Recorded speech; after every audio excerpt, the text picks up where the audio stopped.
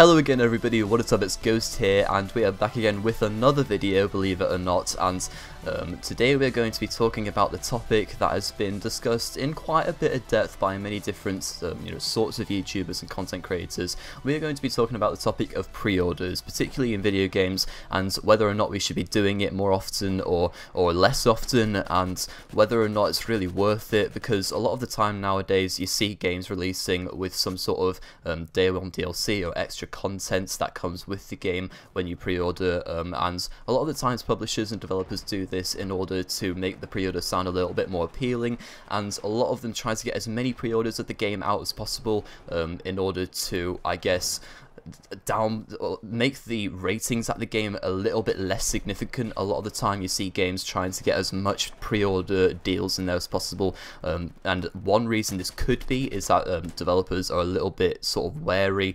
of how that game could do in terms of review scores, so they try to get as many sales as possible before the actual official release date of the game. But that's just one theory of many, and today we're going to be talking about what we do in terms of pre-orders, how we approach pre-orders. So yeah, I'll just give my opinion on it first. First up, I only pre-order very few games a year, and the pre-orders I do are for games that I'm really looking forward to, and I'm very confident that I'm very confident that they will succeed and fulfill what I want from the game. That is the most important thing about pre-orders. If you think that they are going to be something you're going to look forward to and something you will definitely be pleased by, I don't see a problem with it.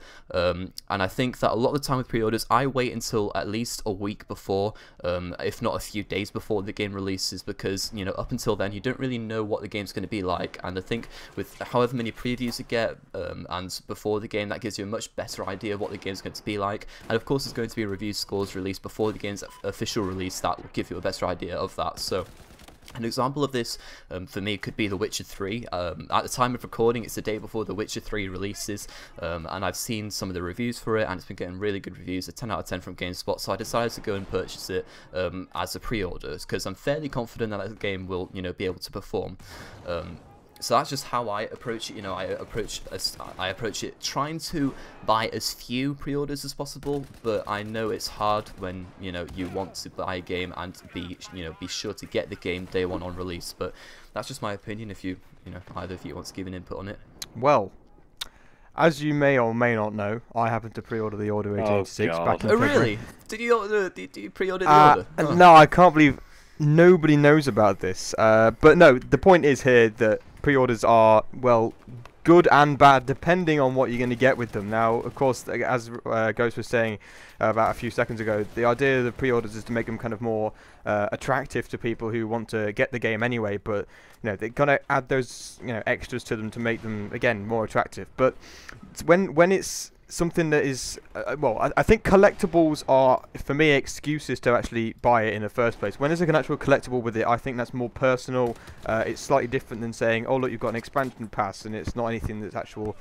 You can't physically hold it. It's kind of in the game, and it's something you're actually paying for, but you don't even know what it is yet because it's actually not been made. It's kind of expansion passes that are going to be later kind of added into the game. For example, Destiny, if you want to bring that in just ever so quickly. Destiny obviously got expansion pass. I love that game. Great game, 10 out of 10. No, but again, Destiny obviously has got 2 expansion passes. It's got House of Wolves, and it's got the Dark Below, and it's obviously those two are not actually part of the game originally. You had to pay extra for them. That's a prime example of something where the DLC is added on later, and you don't even know what you're getting specifically anyway.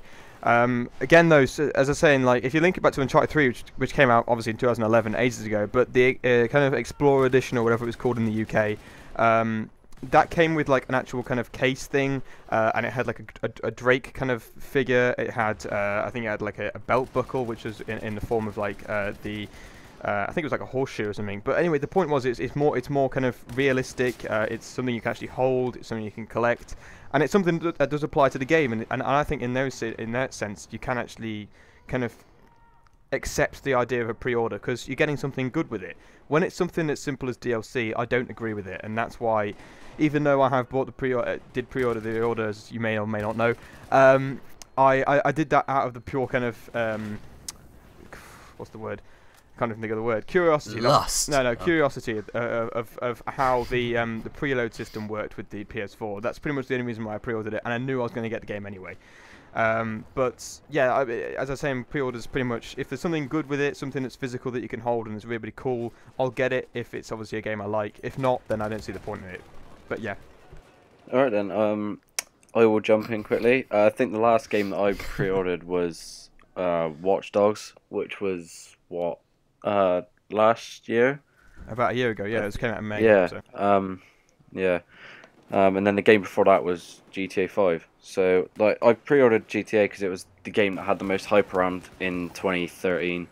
And I just wanted to get it anyway, so I wanted to pre-order it to guarantee I had a copy of it the day it came out. Watch Dogs was just hyped up for real. And I didn't have any collectibles with either. With GTA, I literally just bought, like, the straight-up standard edition of it. With Watch Dogs, I bought the season pass for it, and I never ended up using it, so it was a massive mistake because it wasn't really as good as I expected it to be. But as Oscar was saying, I think it's better if you have a kind of collectible with it because it makes it feel like you've actually spent your money on something that's worthwhile. I know that Robin bought. I mean, we seem to bring him into a lot of the videos where he isn't here. But he bought the Last of Us, one of the Last of Us special editions. And he got some, I think got some PlayStation controller skins and some other crap.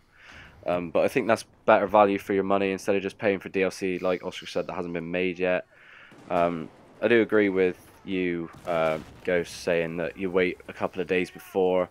But you can't deny that pretty much all of us are going to pre-order Uncharted 4 or like a collector's edition of that. I mean, really, can you? Theory, yeah. I mean, in theory, we really shouldn't pre-order games because we never know what they're going to be like, and no matter how often you think about it or how much you think the game will be good, it may well end up being something completely different to what you're expecting. You know, last year for me, Destiny wasn't what I was expecting.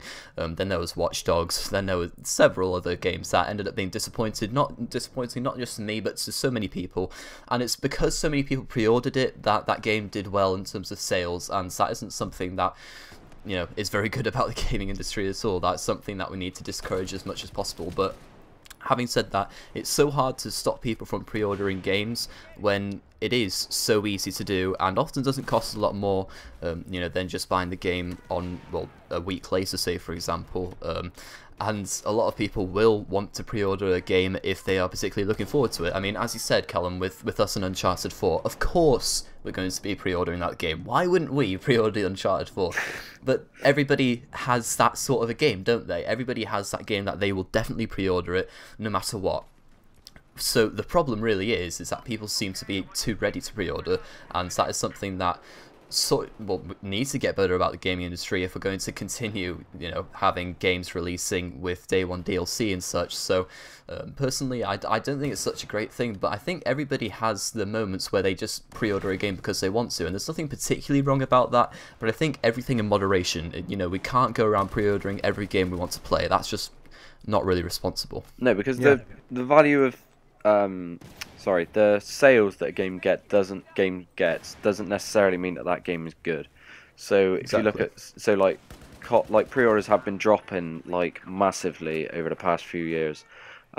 So even like COD and all that dropped by like quite a lot, but it still has obviously a massive amount of sales because it's COD. And people are playing that all throughout the year until the next one and then the next one. But because there's a drop in, that means that developers aren't getting all the money they need to make them better. I don't even know what I'm talking about. Okay. Thanks for the input there, Callum. As usual. He's trying to sound intellectual, but he's just not. Yeah. He's just retarded. So it doesn't make any sense. Alcoholic. So most of the time, he just ends up saying stuff that doesn't make any sense. Go tractors, Callum. Go start filming your videos. I hate you. Have you not made that video yet? Have you not like making like a West Country kind of video yet? Where like, tractors kind of fucking each other, and there's like there's a combine harvester in the background with Wurzel's playing. Yeah, and there's like fucking side of tangent. Go back onto the topic. Yeah, pretty much. To be honest, I don't think we've got anything else to say about it. As usual, else. Whenever we go off a tangent, it usually means that we're at the end of the video. So pretty much we're done with that. Let us know your thoughts on pre-orders, obviously, in the comments. It's a very, very big topic, as Ghost was saying earlier in the video. And there you go. Pretty much that's the end of the video. We've got 2 videos out in 1 week. This is mental. We've never done this before. Presuming you edit them. Presuming I edit them. We've not actually edited them yet. I'm just making assumptions. But hopefully by this time next week, which is when we're recording on the Sunday, hopefully there'll be 2 videos out. We're hoping. But yeah, that's pretty much the end of the video. Let us know your thoughts on pre-orders and Dutch, basically. Whatever you want to say. We hope to see you again next time.